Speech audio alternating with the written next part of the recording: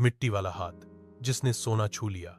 एक गांव था जहां लोग मेहनत तो करते थे पर सपने देखने से डरते थे।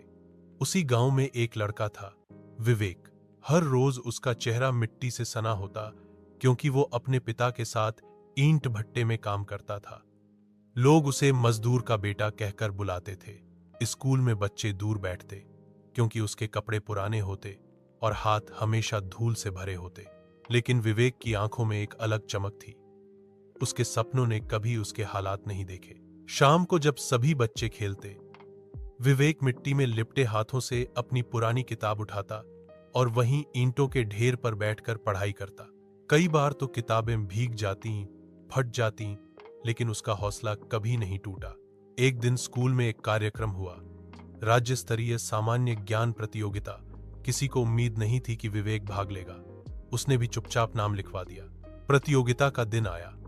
जब वो मंच पर पहुंचा तो लोगों ने फुसफुसाना शुरू किया, अरे ये वही लड़का है जो भट्टे में काम करता है, इसके जैसे को तो सवाल पढ़ना भी नहीं आता होगा। लेकिन जैसे ही सवाल पूछे गए, विवेक एक के बाद एक जवाब देता गया, इतना तेज, इतना सटीक कि पूरे हॉल में सन्नाटा छा गया। जब परिणाम आया, विवेक प्रथम स्थान पर था। सब खड़े होकर ताली बजा रहे थे। पुरस्कार लेते समय किसी ने उससे पूछा, तुम्हारे हाथ तो मिट्टी में रहते हैं, ये ज्ञान कहां से आया?